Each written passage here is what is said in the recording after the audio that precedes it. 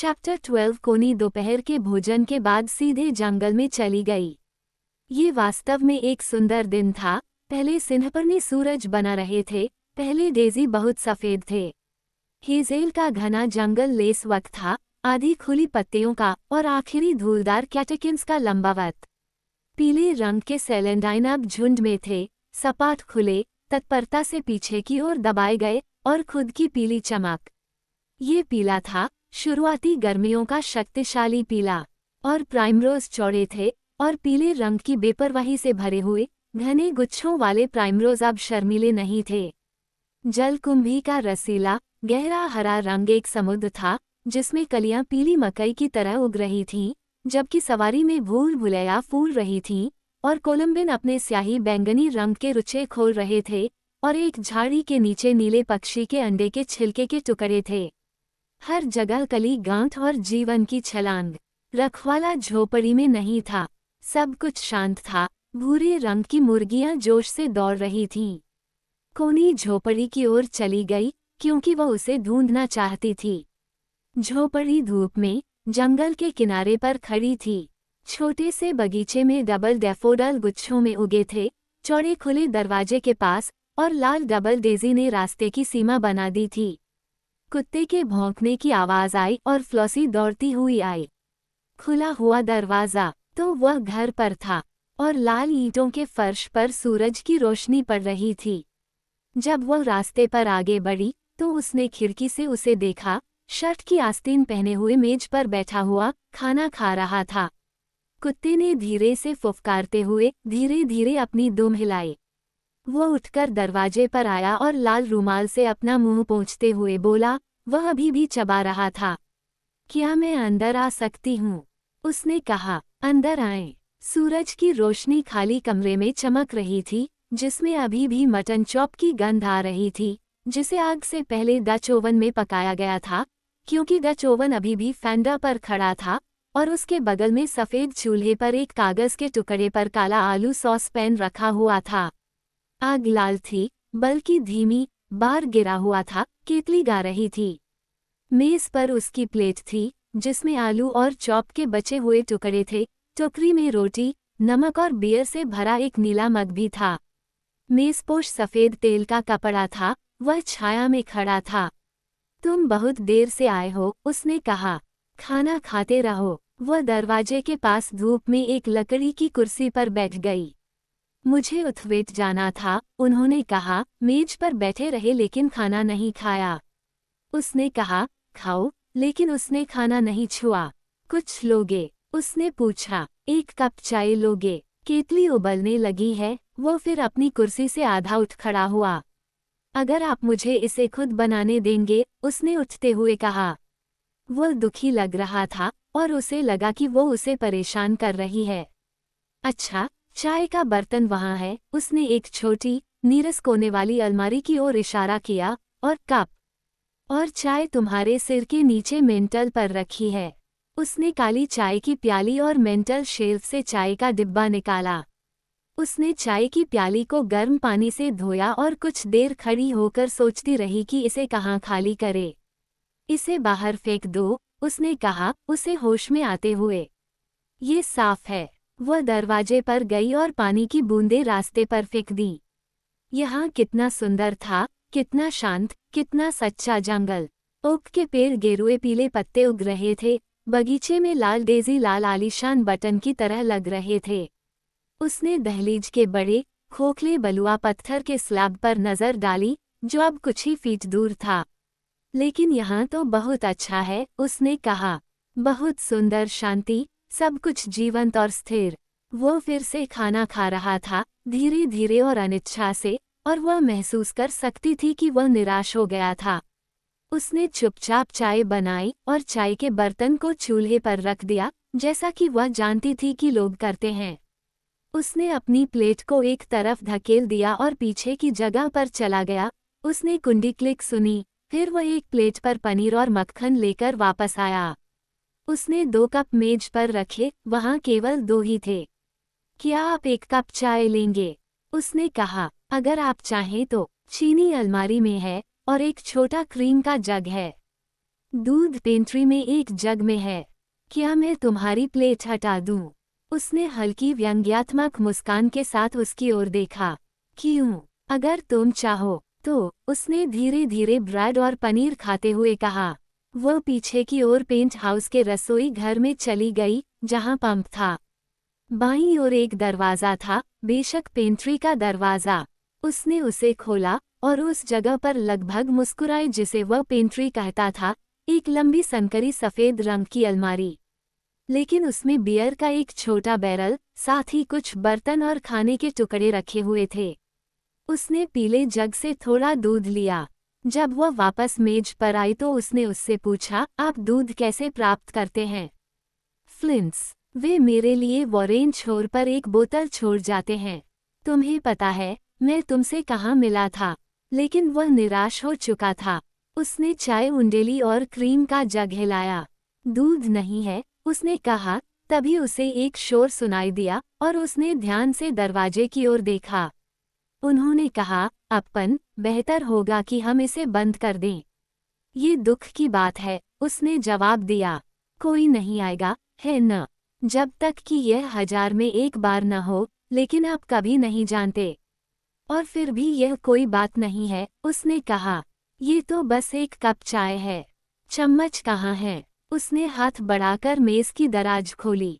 कोनी दरवाजे की धूप में मेज पर बैठ गई। फ्लॉसी, उसने कुत्ते से कहा, जो सीढ़ियों के नीचे एक छोटी सी चटाई पर लेटा हुआ था। जाओ और सुनो, सुनो। उसने अपनी उंगली उठाई और उसकी सुनो की आवाज बहुत स्पष्ट थी। कुत्ता टोल लेने के लिए बाहर निकल गया। क्या तुम आज उदास हो? उसने उससे पूछा। उसने अपनी नीली आंखें जल्दी से घुमाईं और सीधे उसकी ओर देखा। दुखद नहीं, बोर हो रहा हूँ। मुझे 2 शिकारियों के लिए सम्मन लेना था जिन्हें मैंने पकड़ा था, और ओह, मुझे लोग पसंद नहीं हैं। वह ठंडी, अच्छी अंग्रेजी बोल रहा था और उसकी आवाज में गुस्सा था। क्या तुम्हें गेमकीपर बनना पसंद नहीं है? उसने पूछा। खेल रक्षक बनना नहीं, जब तक मैं अकेला रहूं। लेकिन जब मुझे पुलिस स्टेशन और कई अन्य जगहों पर इधर उधर भटकना पड़ता है और बहुत सारे मूर्खों का इंतजार करना पड़ता है, ओह, मैं पागल हो जाता हूँ। और वह एक तरह की हल्की सी हंसी के साथ मुस्कुराया। क्या तुम सचमुच स्वतंत्र नहीं हो सकते? उसने पूछा। मुझे लगता है कि मैं कर सकता हूँ, अगर आपका मतलब है कि मैं अपनी पेंशन पर गुजारा कर सकता हूँ। मैं कर सकता हूँ, लेकिन मुझे काम करना होगा या मुझे मर जाना चाहिए। यानी, मुझे कुछ ऐसा करना होगा जो मुझे व्यस्त रखे। और मैं अपने लिए काम करने के लिए अच्छे मूड में नहीं हूँ। ये किसी और के लिए एक तरह की नौकरी होनी चाहिए, या मैं 1 महीने में ही इसे छोड़ दूंगा, बुरे मूड के कारण। तो कुल मिलाकर मैं यहाँ बहुत अच्छी स्थिति में हूँ, खासकर हाल ही में।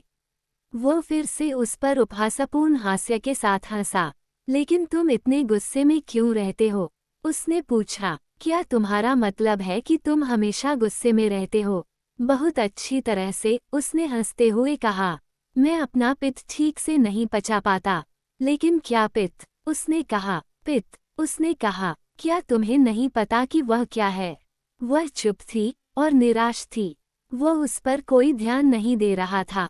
मैं अगले महीने कुछ समय के लिए बाहर जा रही हूँ, उसने कहा। तुम हो कहाँ? वेनिस, सर क्लिफोर्ड के साथ। कितने समय के लिए? लगभग 1 महीने तक, उसने जवाब दिया।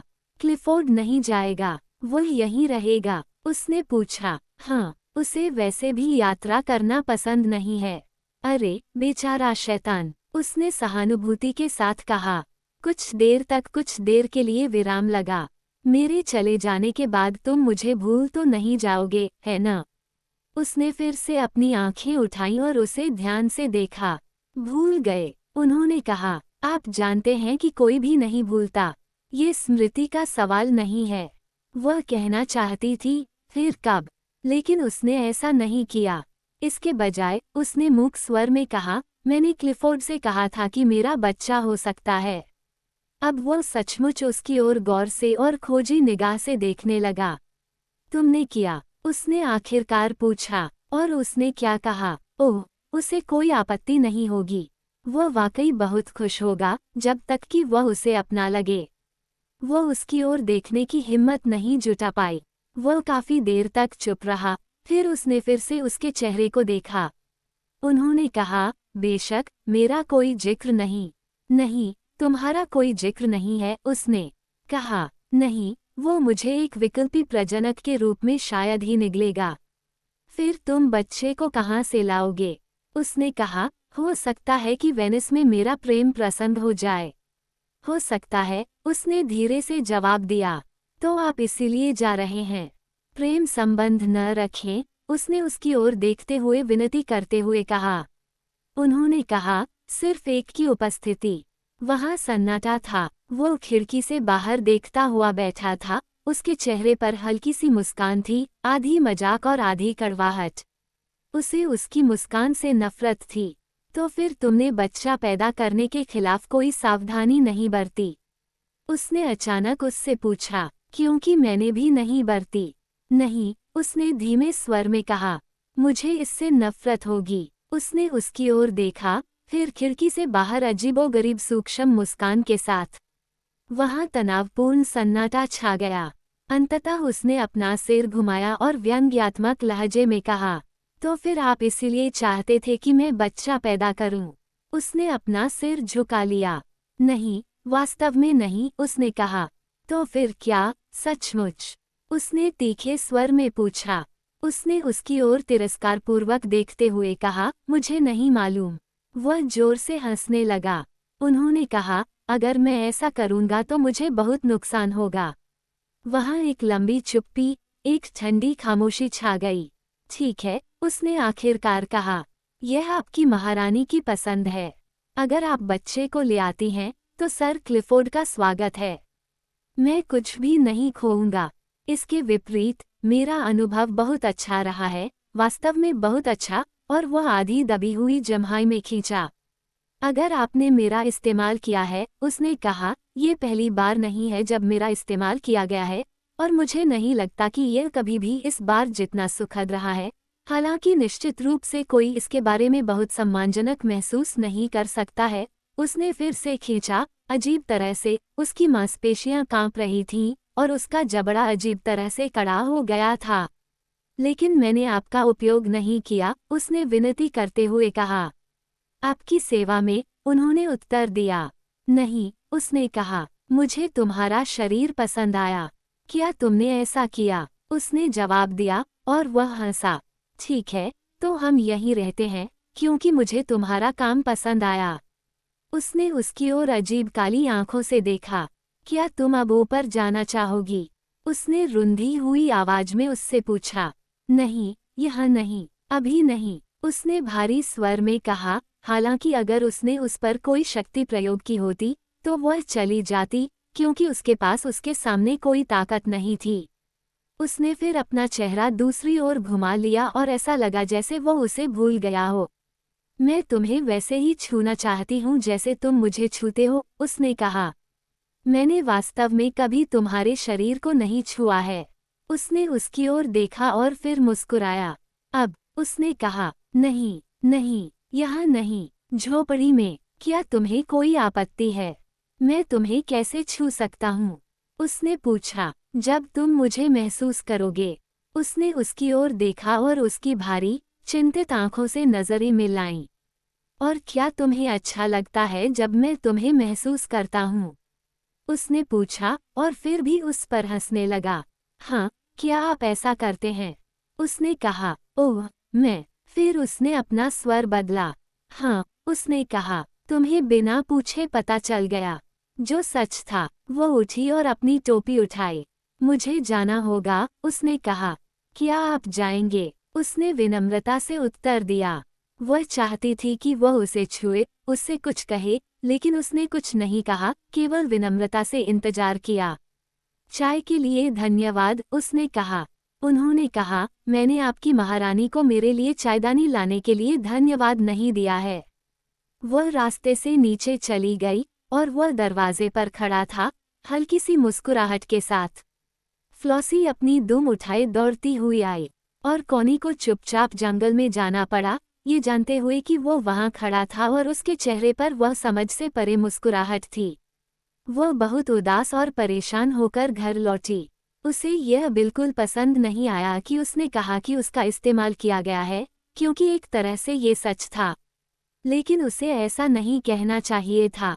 इसलिए फिर से वह दो भावनाओं के बीच विभाजित थी, उसके प्रति नाराजगी और उसके साथ सुलह करने की इच्छा। वो बहुत बेचैन और चिढ़कर चाय पीती रही और तुरंत अपने कमरे में चली गई।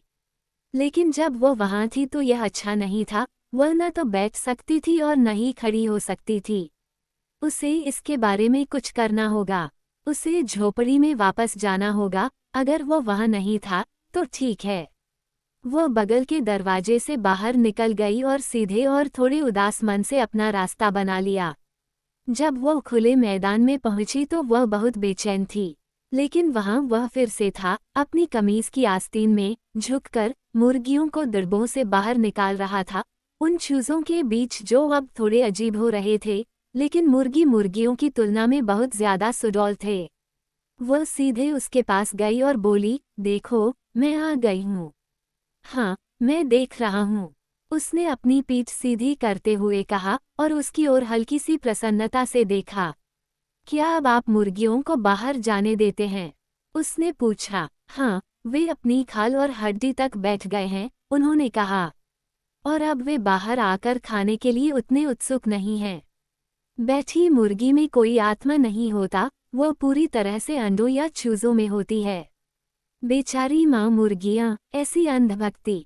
यहाँ तक कि अपने नहीं अंडों के प्रति भी। कोनी ने करुणा से उनकी ओर देखा। आदमी और औरत के बीच एक असहाय चुप्पी छा गई। क्या हम वहाँ चलें? उसने पूछा। क्या तुम मुझे चाहते हो? उसने अविश्वास से पूछा। हाँ, अगर तुम आना चाहो तो आ जाओ। वह चुप थी। तो फिर आओ, उसने कहा, और वह उसके साथ झोपड़ी में चली गई। जब उसने दरवाज़ा बंद किया तो काफी अंधेरा था, इसलिए उसने लालटेन में पहले की तरह एक छोटी सी रोशनी जलाई। क्या तुमने अपने अंडरवियर उतार दिए हैं? उसने उससे पूछा। हाँ, ठीक है, तो मैं भी अपनी चीजें उतार दूंगा। उसने कंबल बिछाए, एक को एक तरफ ओढ़ने के लिए रख दिया। उसने अपनी टोपी उतारी और अपने बालों को हिलाया। वह बैठ गया, अपने जूते और गाइटर उतारे और अपनी रस्सीदार पतलून खोली। तो लेट जाओ, उसने कहा। जब वह अपनी कमीज पहने खड़ा था, उसने चुपचाप उसकी बात मान ली और वो उसके बगल में लेट गया और उन दोनों के ऊपर कंबल खींच लिया। वहाँ, उसने कहा, और उसने उसकी ड्रेस को पीछे की ओर उठाया जब तक कि वह उसके स्तनों तक नहीं पहुंच गया। उसने उन्हें धीरे से चूमा, निप्पलों को अपने होठों में लेकर हल्के से सहलाया। अरे, लेकिन यह अच्छा है, यह अच्छा है, उसने कहा, अचानक अपना चेहरा उसके गर्म पेट पर रगड़ते हुए। और उसने अपनी बाहें उसकी कमीज के नीचे उसके चारों ओर डाल दी, लेकिन वह डर गई, उसके पतले, चिकने, नग्न शरीर से डर गई, जो इतना शक्तिशाली लग रहा था, हिंसक मांसपेशियों से डर गई। वह डर कर सिकुड़ गई। और जब उसने एक तरह की हल्की आह भरते हुए कहा, ओह, यह अच्छा है, तो उसके अंदर कुछ कांप उठा और उसकी आत्मा में कुछ प्रतिरोध में कठोर हो गया, भयानक शारीरिक अंतरंगता से और उसके कब्जे की अजीबोगरीब जल्दबाजी से कठोर हो गया। और इस बार उसके अपने जुनून की तीव्र उत्तेजना ने उसे काबू में नहीं किया। वह अपने सिरों को उसके प्रयासरत शरीर पर निष्क्रिय करके लेटी रही, और वह जो चाहे कर रही थी। उसकी आत्मा उसके सिर के ऊपर से देख रही थी, और उसके कूल्हों का टकराना उसे हास्यास्पद लग रहा था, और उसके लिंग का अपने छोटे से खाली होने के संकट में आने की तरह की बेचैनी हास्यास्पद लग रही थी। हाँ, ये प्रेम था, नितंबों का ये हास्यास्पद उछाल और बेचारे, तुच्छ, नम छोटे लिंग का मुरझाना। ये दिव्य प्रेम था। आखिरकार, आधुनिक लोग सही थे जब उन्होंने प्रदर्शन के लिए घृणा महसूस की, क्योंकि यह एक प्रदर्शन था। ये बिल्कुल सच है, जैसा कि कुछ कवियों ने कहा, कि जिस ईश्वर ने मनुष्य को बनाया, उसके पास एक भयावह हास्य भावना रही होगी, जिसने उसे एक विवेकशील प्राणी बनाया, फिर भी उसे इस हास्यास्पद मुद्रा को अपनाने के लिए मजबूर किया, और उसे इस हास्यास्पद प्रदर्शन के लिए अंधी लालसा के साथ प्रेरित किया। यहाँ तक कि मॉपासेंट ने भी इसे अपमानजनक प्रति चरमपंथी पाया। पुरुष संभोग क्रिया से घृणा करते थे और फिर भी इसे करते थे। ठंडी और उपहासपूर्ण उसकी विचित्र महिला मन अलग खड़ी थी, और यद्यपि वह पूरी तरह से शांत लेटी हुई थी, उसका आवेग अपनी कमर को ऊपर उठाना था और उस आदमी को बाहर फेंकना था, उसकी बदसूरत पकड़ से बचना था और उसके बेतुके कूल्हों पर पड़ने वाले प्रहार से बचना था। उसका शरीर एक मूर्ख, निर्लज, अपूर्ण चीज थी जो अपनी अधूरी फुहरता में थोड़ी घिनौनी थी। निश्चित रूप से एक पूर्ण विकास इस कार्य को समाप्त कर देगा। और फिर भी जब वह समाप्त हो गया, जल्दी ही खत्म हो गया और बहुत ही शांत होकर लेट गया, मौन में पीछे हट गया और एक अजीब गतिहीन दूरी, उसकी चेतना के क्षितिज से बहुत दूर, उसका दिल रोने लगा। वह महसूस कर सकती थी कि वह दूर जा रहा है, दूर जा रहा है, उसे किनारे पर एक पत्थर की तरह छोड़ रहा है। वह पीछे हट रहा था, उसकी आत्मा उसे छोड़ रही थी। वह जानता था, और वास्तविक दुख में, अपनी दोहरी चेतना और प्रतिक्रिया से पीड़ित होकर वह रोने लगी। उसने कोई ध्यान नहीं दिया या उसे पता भी नहीं चला। रोने का तूफान बढ़ गया और उसने उसे हिला दिया और उसे भी हिला दिया। हाँ, उसने कहा, उस समय सब ठीक नहीं था। तुम वहाँ नहीं थी तो उसे पता था। उसकी सिसकियाँ हिंसक हो गईं। लेकिन इसमें क्या गड़बड़ है? उन्होंने कहा, कभी कभार ऐसा ही होता है। मैं तुमसे प्यार नहीं कर सकती। वह रो पड़ी। उसे अचानक महसूस हुआ कि उसका दिल टूट रहा है। नहीं जा सकते। खैर, चिंता मत करो। ऐसा कोई कानून नहीं कहता कि ऐसा करना है। जो है, उसे वैसा ही रहने दो।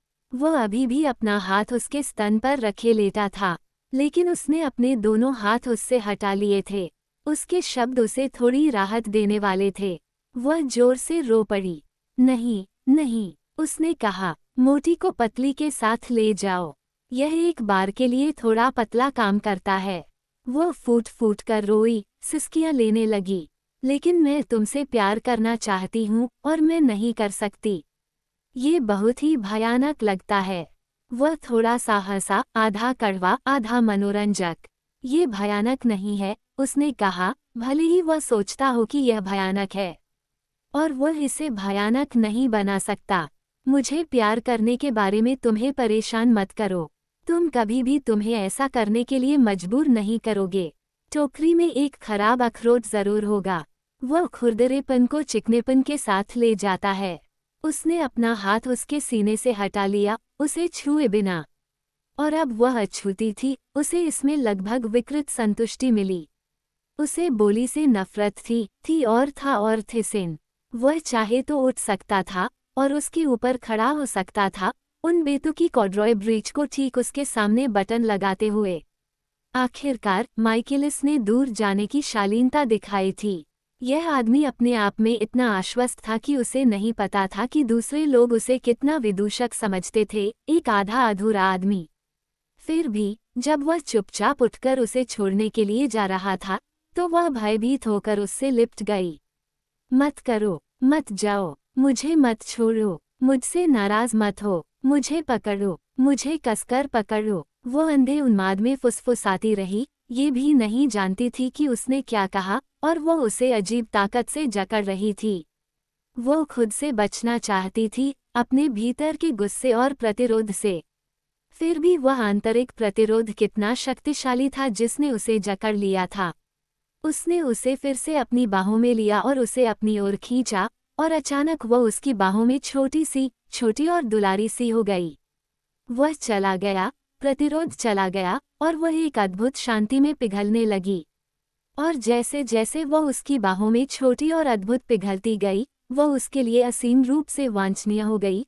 उसकी सारी रक्त वाहिकाएं तीव्र लेकिन कोमल इच्छा से जलने लगी, उसके लिए, उसकी कोमलता के लिए, उसकी बाहों में उसकी मर्मज्ञ सुंदरता के लिए, उसके रक्त में प्रवाहित होने लगी।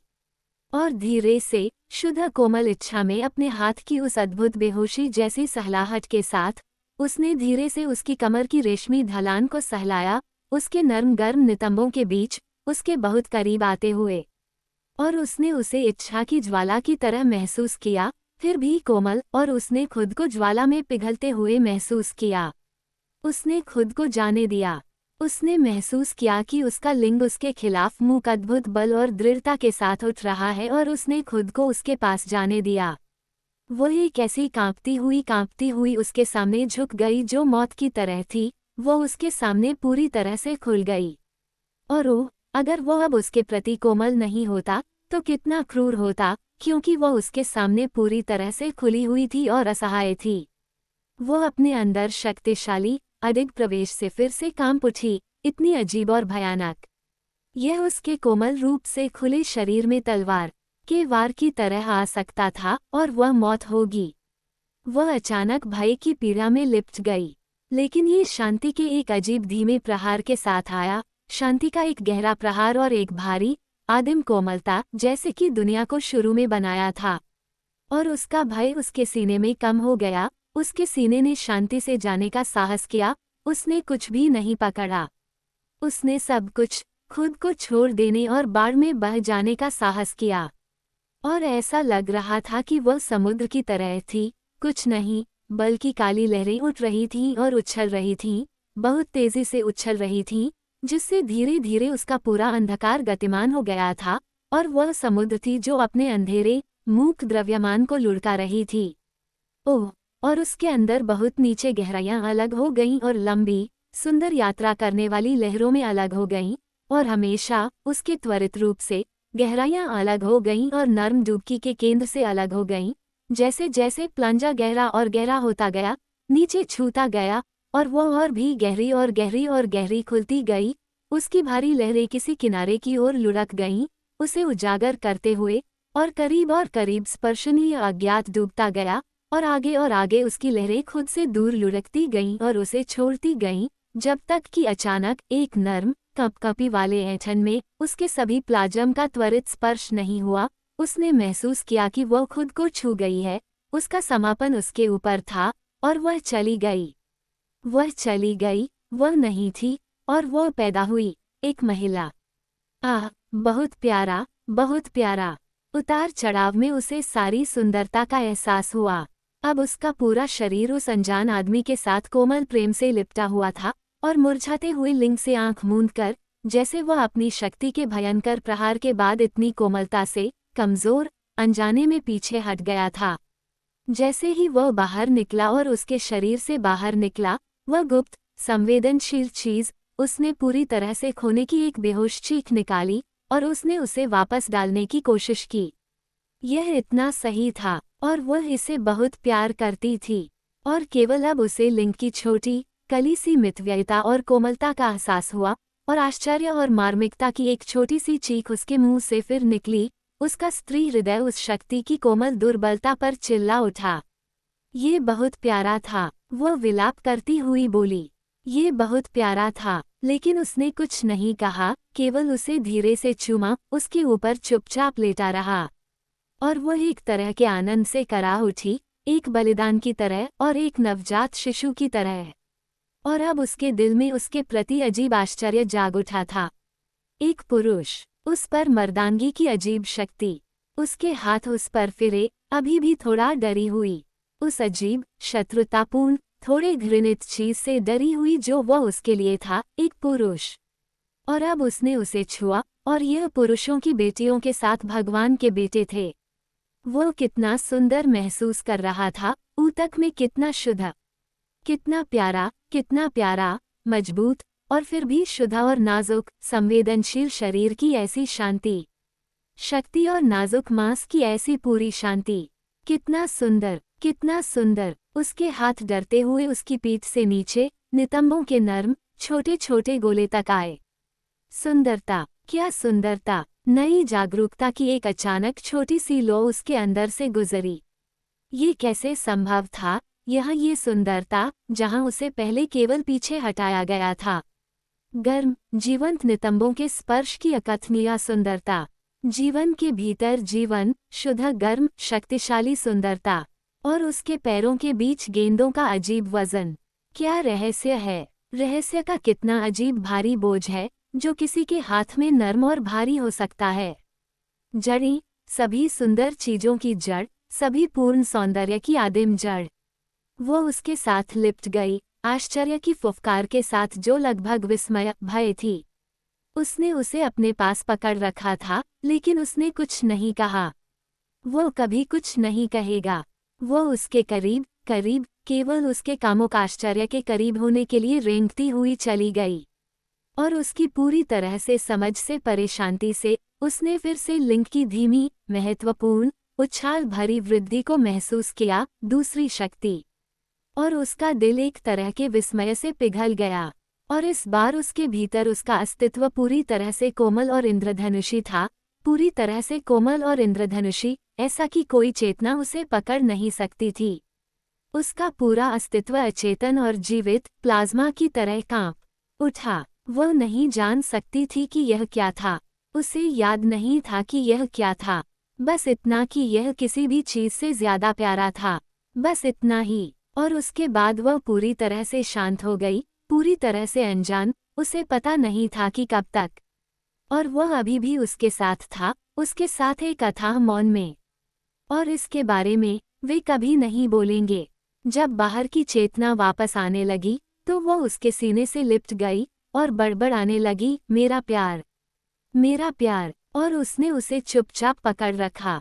और वह उसके सीने पर पूरी तरह से लिपट गई। लेकिन उसकी खामोशी अथाह थी। उसके हाथ उसे फूलों की तरह पकड़े हुए थे, फिर भी वह अजीब सी लग रही थी। तुम कहाँ हो? उसने फुसफुसाकर उससे पूछा। तुम कहाँ हो? मुझसे बात करो, मुझसे कुछ कहो। उसने उसे धीरे से चूमा और बुदबुदाया, अरे मेरी बेटी। लेकिन वह नहीं जानती थी कि उसका क्या मतलब था, वह नहीं जानती थी कि वह कहाँ है। अपनी खामोशी में वह उसे खोया हुआ लग रहा था। तुम मुझसे प्यार करते हो, है ना? वह बुदबुदाए। हाँ, वह जानता है। उसने कहा, लेकिन मुझे बताओ। उसने विनती की। अरे अरे, क्या उसे यह महसूस नहीं हुआ? उसने धीमे से, लेकिन धीरे से और निश्चित रूप से कहा। और वह उससे और भी ज्यादा चिपक गई। वह प्यार में उससे कहीं ज्यादा शांत था, और वह चाहती थी कि वह उसे आश्वस्त करे। तुम मुझसे प्यार करते हो? उसने दृढ़ता से फुसफुसाते हुए कहा। और उसके हाथों ने उसे धीरे से सहलाया, जैसे वह कोई फूल हो, बिना किसी इच्छा के, लेकिन नाजुक निकटता के साथ। और फिर भी उसके मन में प्यार को थामने की बेचैनी थी। कहो कि तुम हमेशा मुझसे प्यार करोगे। उसने विनती की। हाँ, उसने ध्यान से कहा, और उसे लगा कि उसके सवाल उसे उससे दूर ले जा रहे हैं। क्या हमें उठना नहीं चाहिए? उसने अंततः कहा। नहीं, उसने कहा, लेकिन वह महसूस कर सकती थी कि बाहर की आवाजें सुनकर उसकी चेतना भटक रही थी। लगभग अंधेरा हो जाएगा, उसने कहा। और उसने उसकी आवाज में परिस्थितियों का दबाव सुना। उसने उसे चूमा, एक महिला के दुख के साथ कि उसका समय समाप्त हो गया। वह उठा और लालटेन जलाई, फिर अपने कपड़े खींचने लगा, जल्दी से उनके अंदर गायब हो गया। फिर वह उसके ऊपर खड़ा हो गया, अपनी पतलून कसी और उसे नीचे काली, चौड़ी आंखों से देख रहा था। उसका चेहरा थोड़ा लाल हो गया था और उसके बाल बिखरे हुए थे। लालटेन की मंद रोशनी में वह उत्सुकता से गर्म और स्थिर और सुंदर था, इतना सुंदर कि वह उसे कभी नहीं बताएगी कि वह कितना सुंदर है। इससे उसे उससे चिपकना, उसे थामना चाहा, क्योंकि उसकी सुंदरता में एक गर्म, आधी नींद वाली दूरी थी जो उसे चिल्लाने और उसे जकड़ने, उसे पाने के लिए मजबूर कर रही थी। वह उसे कभी नहीं पा सकती थी, इसलिए वह मुड़ी हुई, मुलायम नंगी कमर के साथ कंबल पर लेट गई, और उसे पता नहीं था कि वह क्या सोच रही थी, लेकिन उसके लिए भी वह सुंदर थी, वह कोमल, अद्भुत चीज जिसमें वह जा सकता था, हर चीज से परे। मैं तुमसे प्रेम करता हूँ, इसलिए कि मैं तुम्हारे अंदर जा सकता हूँ, उसने कहा। क्या तुम मुझे पसंद करते हो? उसने कहा। उसका दिल धड़क रहा था। ये सब ठीक कर देता है कि मैं तुम्हारे अंदर जा सकता हूँ। मैं तुमसे प्यार करता हूँ कि तुमने मेरे लिए रास्ता खोला। मैं तुमसे प्यार करता हूँ कि मैं इस तरह तुम्हारे अंदर आया। वह नीचे झुका और उसके कोमल पार्श्वभाग को चूमा, अपना गाल उस पर रगड़ा, फिर उसे ढक दिया। और क्या तुम मुझे कभी नहीं छोड़ोगे? उसने कहा। उन्होंने कहा, मैं उनसे कुछ नहीं पूछूंगा, लेकिन क्या तुम मानते हो कि मैं तुमसे प्यार करता हूँ? उसने कहा, अभी अभी उसने मुझसे प्यार किया है, जितना उसने सोचा था उससे कहीं ज्यादा। लेकिन कौन जानता है कि एक बार जब वह इसके बारे में सोचना शुरू करेगा तो क्या होगा। नहीं, ऐसी बातें मत कहो, और तुम्हें सचमुच नहीं लगता कि मैं तुम्हारा इस्तेमाल करना चाहता था, है न? कैसे? बच्चा पैदा करने के लिए। अब इस दुनिया में कोई भी बच्चा पैदा कर सकता है, उसने बैठते हुए अपनी लेगिंग पहनते हुए कहा। अरे नहीं, वह चिल्लाए, तुम्हारा यह मतलब नहीं है। अच्छा, उसने भौहों के नीचे से उसकी ओर देखते हुए कहा, ये सबसे अच्छा काम है। वह चुपचाप लेटी रही। उसने धीरे से दरवाजा खोला। आसमान गहरा नीला था, क्रिस्टलिया फिरोजा किनारा था। वह मुर्गियों को चुप कराने के लिए बाहर गया, अपने कुत्ते से धीरे से बात करते हुए। और वह लेटी रही, और जीवन और अस्तित्व के आश्चर्य पर आश्चर्यचकित रही। जब वह वापस आया तो वह अभी भी वहीं लेटी हुई थी, किसी जिप्सी की तरह चमक रही थी। वह उसके पास स्टूल पर बैठ गया। क्या तुम एक रात उस झोपड़ी में गोश्त से पहले आई थी, शोल्टेर? उसने पूछा। अपनी भौहें उठाते हुए उसने उसकी ओर देखा, उसके हाथ उसके घुटनों के बीच लटक रहे थे। शोल्टेर, उसने चिढ़ाते हुए कहा। वह मुस्कुराया। हाँ, शोल्टेर, उसने दोहराया। अरे, उसने बोली की आवाज की नकल करते हुए कहा। यी, उसने कहा। यी, उसने दोहराया। और मुझे थप्पड़ मारो, उसने कहा। इसके लिए इसकी जरूरत है। कब आना चाहिए? मैं कब आऊंगी? उसने कहा। नहीं, उसने कहा, ऐसा नहीं हो सकता। फिर कब आएगा? उसने कहा, रविवार को आऊंगा। रविवार को आ जाओ। हाँ, वह जल्दी से उस पर हंसा। नहीं, वह ऐसा नहीं कर सकता, उन्होंने विरोध किया। मैं क्यों नहीं कर सकती? उसने कहा।